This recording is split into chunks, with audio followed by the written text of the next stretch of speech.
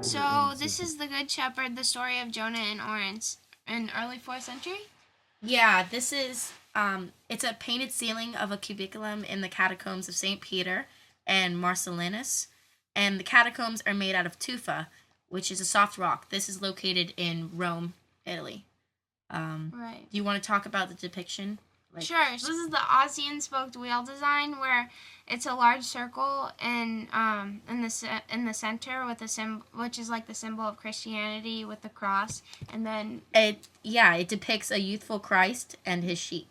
Yeah. And it's a fresco. And what I know that the Christ is symbolized as a shepherd. Yeah, because they didn't want him to know. It was illegal. Yeah, to practice Christianity. Christ is as the good shepherd or as a young teacher most of the time, and it's actually really popular because this is the adaptation of media and imagery from existing contemporary Roman and Jewish forms and traditions. And since most of the people could not read, it was a way of textual source as a visual.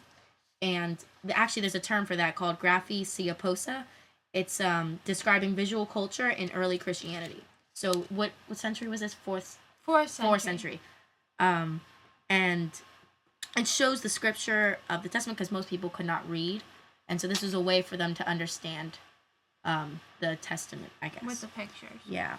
So if you want to talk about the pictures, yeah, so each semicircle or lunette is depicting a part of the story of Jonah, which is basically the story of Jonah is just when he went against God's command, and so God was mad, so he sent a storm while Jonah was out at sea, and Jonah then asked the sailors to throw him off the boat. And so the storm stopped, but then a whale swallowed Jonah for 3 days, and Jonah kept praying and praying to God. And finally God answered Jonah's prayers, and the whale spits Jonah out after 3 days. So it's kind of representing Christ's resurrection by him get out of the whale. So when he got swallowed by the whale, it was death.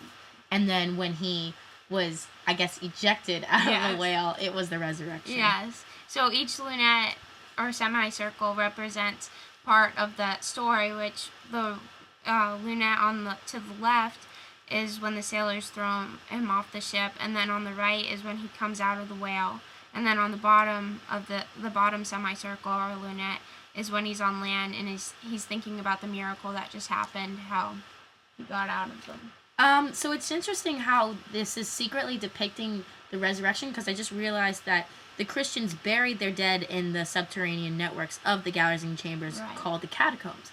So they're picking a testament scene that represents the resurrection for a specific place of the dead. Jonah was a popular subject to depict with funerary things with like catacombs and stuff, because of Christ's resurrection. It represented that, so they like to depict him and other miracles like that in catacombs. And he's depicted as a shepherd because prior to Constantine, artists were always depicted Christ as the good shepherd. So it kind of just goes around in a circle. And actually, it appears over 100 times in the catacombs. Christ as a shepherd. Very common theme, I guess. Do we have anything else to say? I mean, it is a fresco, so painting was not popular, and I guess they put it underneath, and it was preserved for a really, really long time. That's why we can still see it, and I think that was important to them to have it preserved to keep traditions.